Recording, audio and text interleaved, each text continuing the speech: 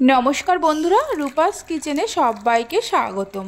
आज के आमी आपनादेर संगे दारुण स्वादेर दूध चायेर रेसिपि शेयर करब। एइभावे चा बानिये जाकेई खाওয়াবেন आपनार प्रशंसा करते बाध्य हबे। आशा करी এই दूध चायेर रेसिपिटी आपनादेर खूबই भालो लागबे। ताहले चलुन देखे नेওয়া যাক। शुरू থেকে শেষ পর্যন্ত দেখার জন্য আপনাদের কাছে অনুরোধ রইল। প্রথমে একটা সসপ্যানের মধ্যে নিয়ে নেব 4 কাপ জল। এখানে আমি 3 কাপ চা বানাবো, তাই 4 কাপ জল ব্যবহার করছি।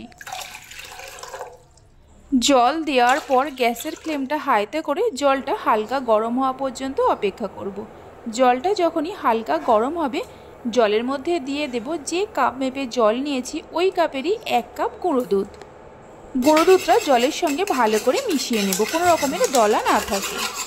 চাটা এখানে আমি গুঁড়ো দুধ দিয়ে বানাচ্ছি, আপনারা চাইলে লিকুইড দুধ দিয়েও বানাতে পারেন।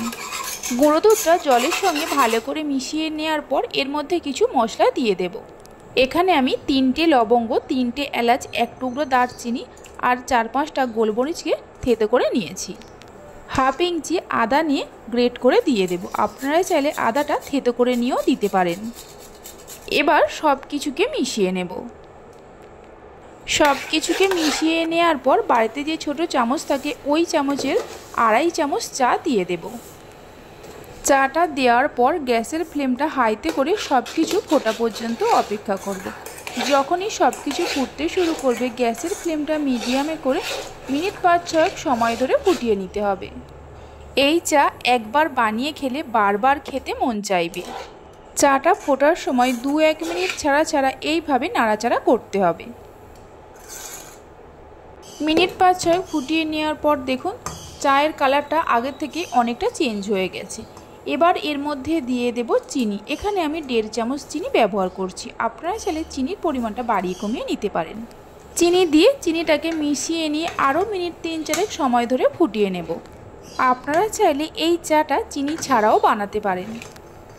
আমার মতো করে একবার চায়ের রেসিপিটি বাড়িতে বানিয়ে দেখতে পারেন। বাড়িতে বানালে খেয়ে আপনাদের কেমন লাগলো অবশ্যই কমেন্ট করে জানাবেন।